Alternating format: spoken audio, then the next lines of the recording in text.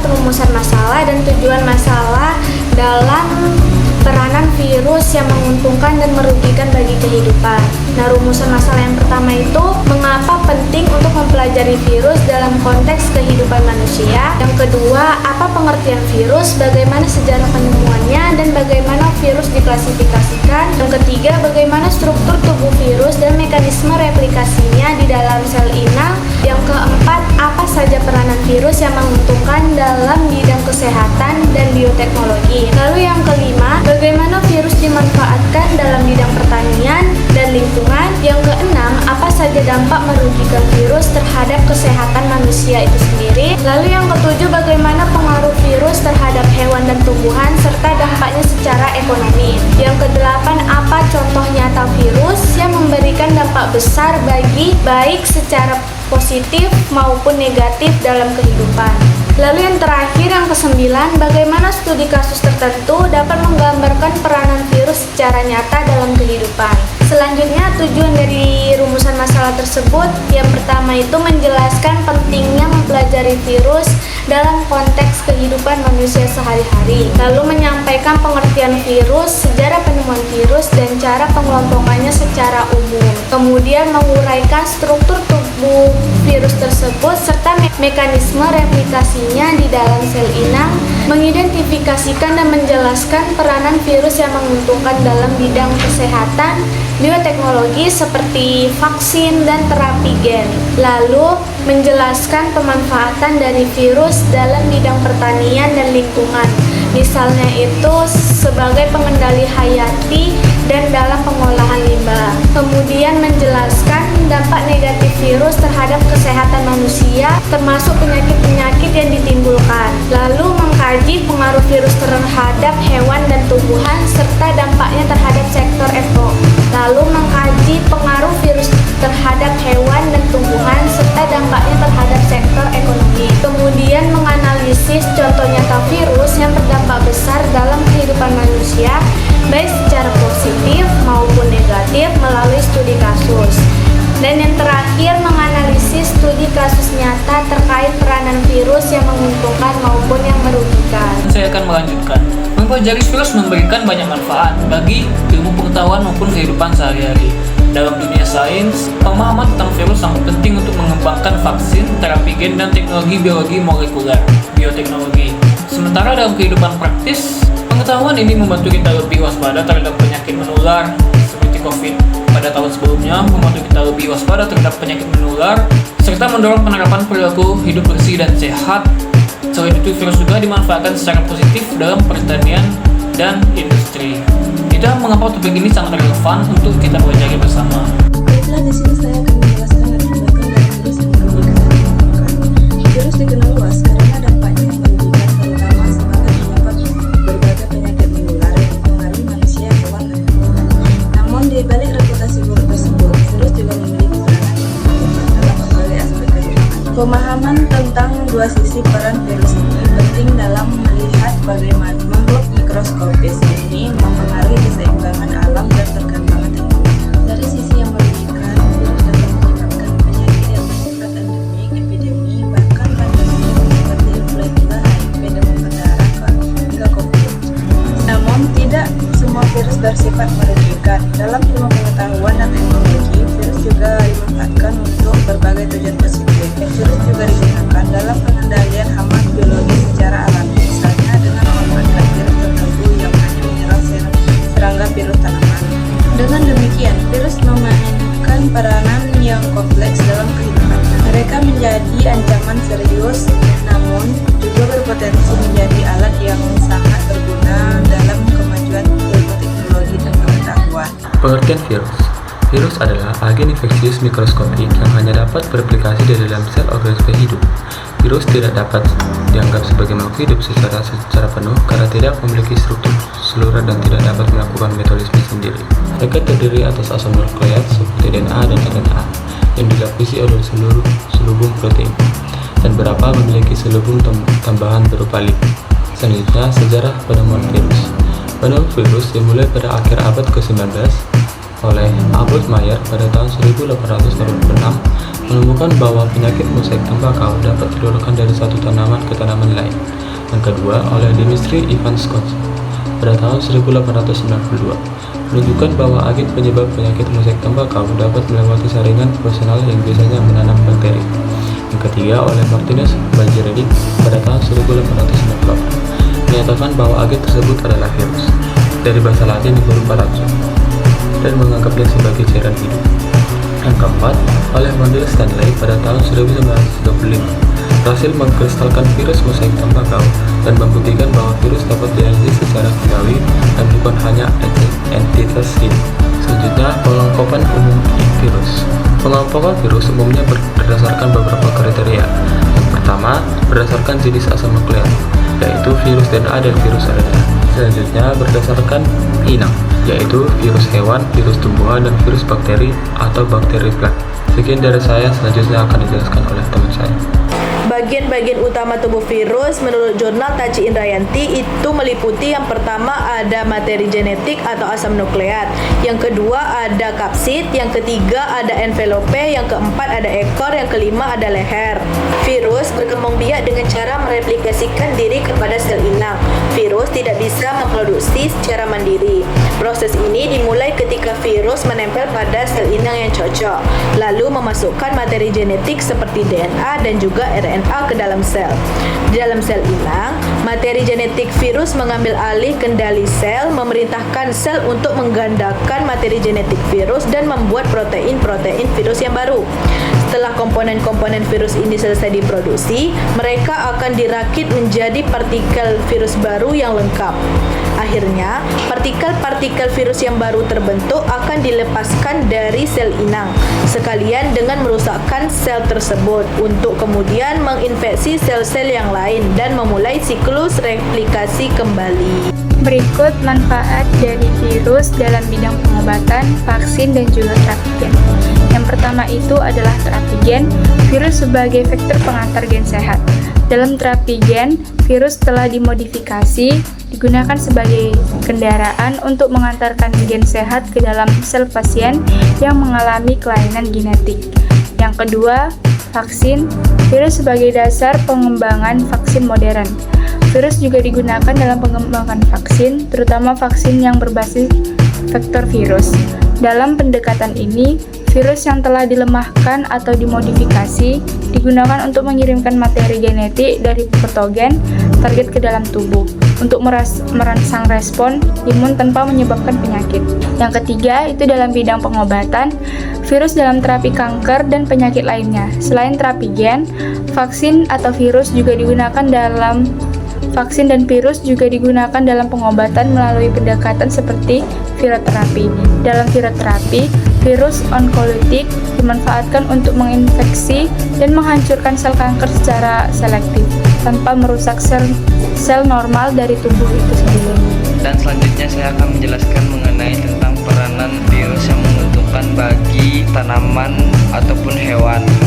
Menguntungkan dalam mengendalikan dan mengurangi dampak virus baik pada tanaman ataupun hewan, yaitu pertama, pertanian ramah lingkungan mengurangi risiko virus. Pertanian organik dan berkelanjutan cenderung tidak menggunakan pestisida, antibiotik berlebihan yang bisa menyebabkan resistensi mikroba dan memastikan sistem kekebalan lingkungan. Dan rotasi tanaman, keanekaragaman hayati dapat memutuskan siklus hidup patogen dan memutuskan virus yang menyerang bagi tanaman. Dua, yaitu ekosistem seimbang, mengendalikan virus alami yaitu lingkungan yang sehat, misalnya hutan, lahan basah, dan pertanian yang terintegrasi, yaitu menyediakan musuh alami bagi virus seperti predator serangga pembawa virus atau mikroorganisme yang menekan populasi virus di sana. Tiga, yaitu pengelolaan hewan ternak yang baik, sistem peternakan yang memperhatikan kesejahteraan hewan dan sanitasi lingkungan dapat mencegah penyebaran virus zoonosis yang menular dari yang menular dari hewan ke manusia, dan pengelolaan limbah dan biosecurity di pertanian membantu mencegah virus seperti flu burung, ASF atau disebut dengan African Swine Fever.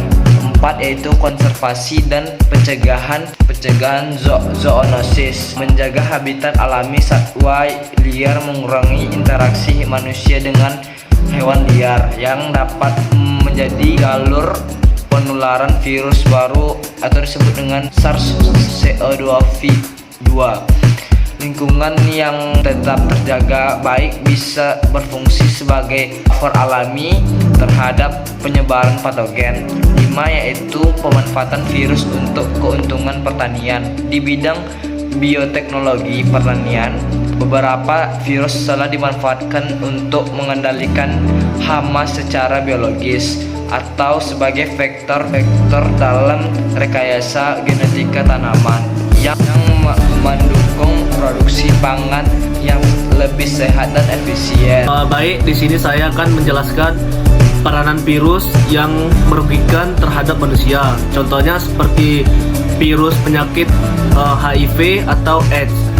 Seperti yang kita ketahui, kalau kita terdampak penyakit itu sendiri, sudah jelas kita akan dijauhin oleh masyarakat, menjadi omongan dan diskriminasi oleh masyarakat setempat.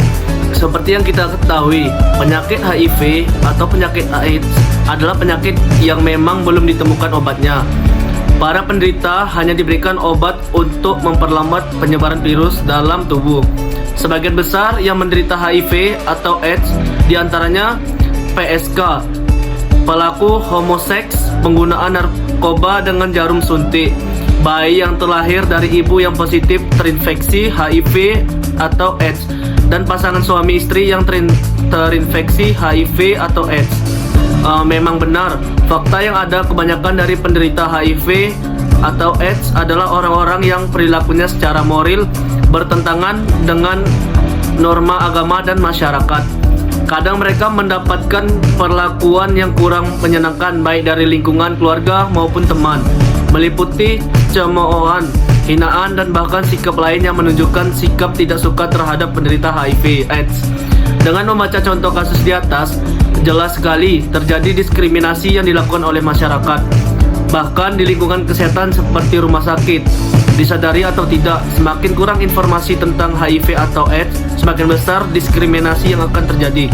Hal ini berkembang karena mitos-mitos tidak segera dikoreksi sehingga terjadi pengertian dan pemahaman yang salah terhadap HIV atau penyakit AIDS.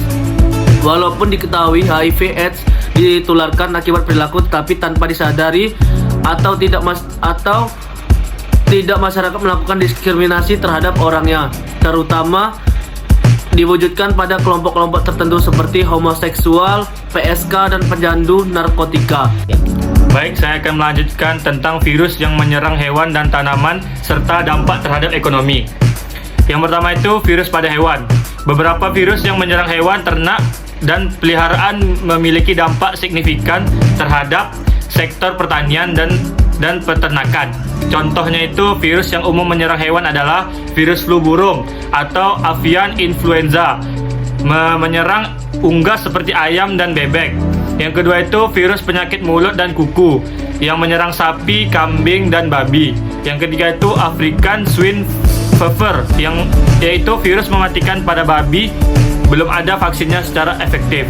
Dampak ekonominya itu penurunan produksi ternak akibat kematian massal atau pemusnahan, kerugian finansial bagi peternak, gangguan ekspor karena pembatasan negara tujuan, lonjakan harga produk hewan di pasaran akibat kelangkaan. Yang kedua itu virus pada tanaman.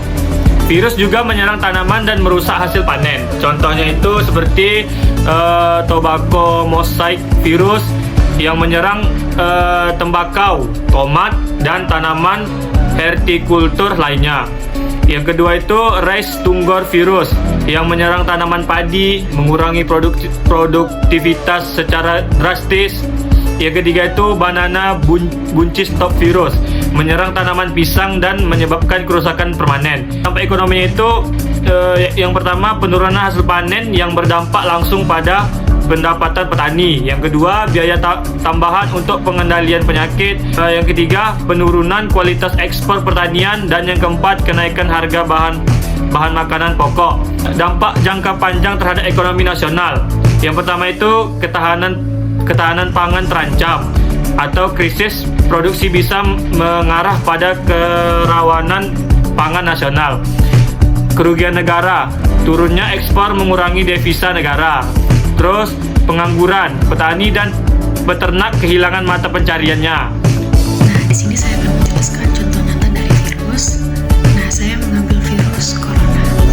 Menurut Efriza, pada tahun 2021, COVID-19 adalah penyakit menular yang disebabkan oleh virus corona jenis baru, yaitu Severe Acute Respiratory Syndrome Coronavirus 2. Nah, virus corona ini muncul pertama kali di Wuhan, Tiongkok pada tahun 2019. Nah, virus ini termasuk dalam genus beta coronavirus dan memiliki kemiripan dengan virus penyebab SARS dan MERS.